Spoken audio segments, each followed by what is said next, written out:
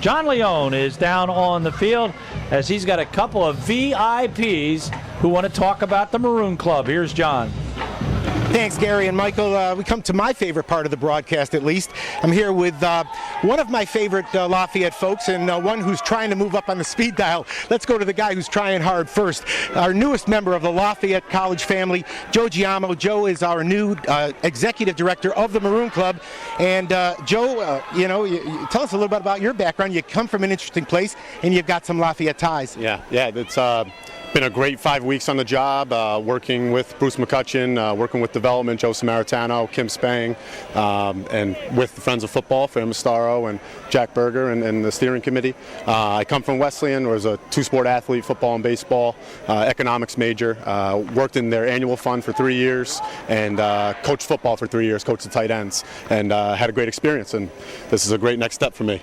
When you heard that Lafayette had an opening and you applied for it, what was it that you maybe already knew about the school? What did you find out about the place that attracted you here even more? I knew it was a great academic college. I knew it was a Division I athletics program. Probably Division I athletics with the combination of academics was what really drew me to Lafayette. And I saw a great opportunity as we entered the campaign, a president and an administration that wants to be good, wants to win, and somebody to really learn from in Bruce McCutcheon. I mean, those were things that were attractive to me. You're still pretty early in the process, this being your first year, Joe, but describe for us, if you will. Sometimes, those of us who have been here for a long time, we kind of recycle things. Mm-hmm. You've got a new set of eyes on things, a new context. What is it about the Maroon Club and its relationship with Friends of, and it's particularly now Friends of Football, that you see? I see a great opportunity for growth. I think with where Lafayette is and how the Maroon Club's been set up in the past, now it's kind of the time to take it to the next level. Take Lafayette athletics to the next level. We're raising $1.2 million as a whole. Other colleges are at close to $2 million, over $2 million, and that's that margin of excellence and difference that we're trying to get to help our student athletes, because everything we raise goes right to them, goes right to the coaches, right to the programs. And Friends of Football has really led the way. They do the best fundraising in the Patriot League. And what I'm trying to do is learn from them, learn from Jack, learn from Fran, learn from Coach Stevani, and apply that to a lot of the other sports, the women's sports, and the rest of the programs to help inch us closer to that $2 million mark. Because Friends of Football is a machine, and they're going to continue to do a really good job. And well, you're one of the key cogs right now. One last question, Joe. As you move forward, your background isn't just in football. You were a college baseball player as well. Yes. And coming from a place like Wesleyan, that's a college that knows success, and you've been around. Even though they're Division III, they do it very well. Yes, no, they do, and I was able to learn from a great head football coach there and athletic director who really taught me about a first-class athletic experience, first-class academic experience. Our president there, their board of trustees, wanted to be good at everything. Wanted to have the best chemistry students, the best dancers, the best football players. And I bring that philosophy to Lafayette, and that's already established here. So that's my belief as well. I want to be great at everything, and I want to see Lafayette move up the ranks. So. Good start, Joe. Thanks very much. It's good for a couple of spots on the speed dial, a couple of numbers up. And now we move to a veteran of this stuff.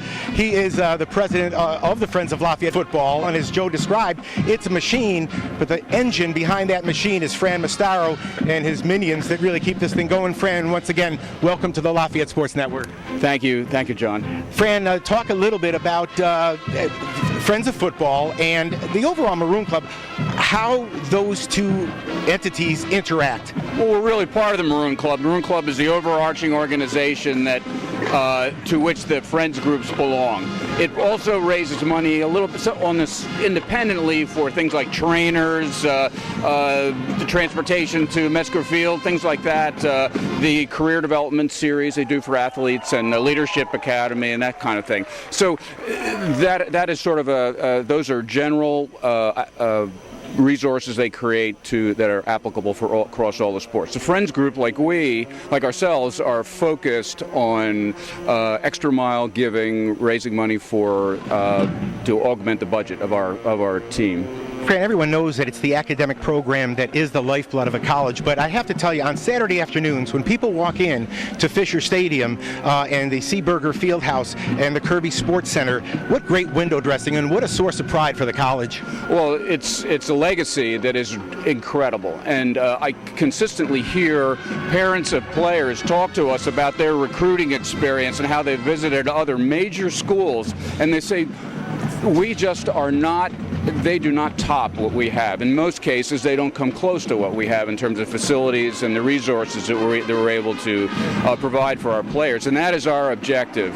First-class equipment, a robust recruiting effort. We have 21 states represented on our roster this year, and this is truly a national effort in terms of our outreach to athletes around the country. Well, as you well know, Frank Tavani has put a moratorium on all talk around the 150th game at Yankee Stadium, but he can't take playing time away from Fran anymore, and I'm not on the roster, so we're going to do it anyway. I know you got to be excited about Yankee Stadium November 22nd. Well, like Frank says, the most important game is the one that we're playing now and then next week, and so we're trying to sort of low-key that to some degree, but outside of Burger Fieldhouse, there is a lot going on in terms of planning and preparation for this, and I think if people can follow this by going to the Lafayette website, go to the Celebrate Lafayette New York City portion of the website. We'll be holding some events that are focused. For example, there'll be a luncheon with Frank Tavani the Thursday before the Lehigh game at the Princeton Club, and so we hope a lot of people will come to that. I think that'll be a good event. We're also going to be giving a pregame event at the FedEx Suite in Yankee Stadium. That'll be a Friends of Football event. So we've got things planned, and yes, there's a lot going on. I understand a tour of Wall Street. I understand the presidents are even been invited to ring the closing bell at the stock exchange. That's a rumor. I don't know if that's true or not, but you probably had something to do with that with your work on Wall Street. It's an up day, that's all. Yeah. It's going to be an up day for us for sure, Fran. Fran, so far you've been at practices. You're really wedded to this football team as a player, as an alumnus, as a donor, and now as a leader administratively and volunteering. What are your impressions early on? It's too early. We have 2 quarters under our belt, and we've got a season. Preseason is really our total record. So the rules say you have to play for 60 minutes. So we'll see what it's like after that, and maybe that'll be the telling thing.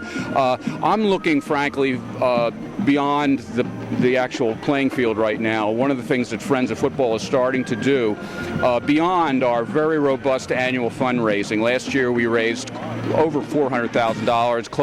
We'd like to get it closer to $500,000, which subsidized quite a bit of extra activity, including equipment and recruiting and that sort of thing.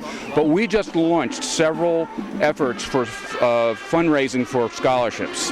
And I know last year we talked about the Joe Sarah Fund. We had just kicked that off. The class the 1988 championship team has started its own scholarship, and we have a general scholarship fund for Lafayette football scholarships. So this is our next level that we want to take the organization to.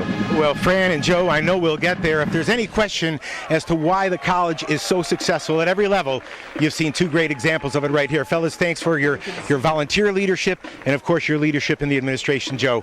Gary, Michael, let's go get him in the second half. Back to you guys.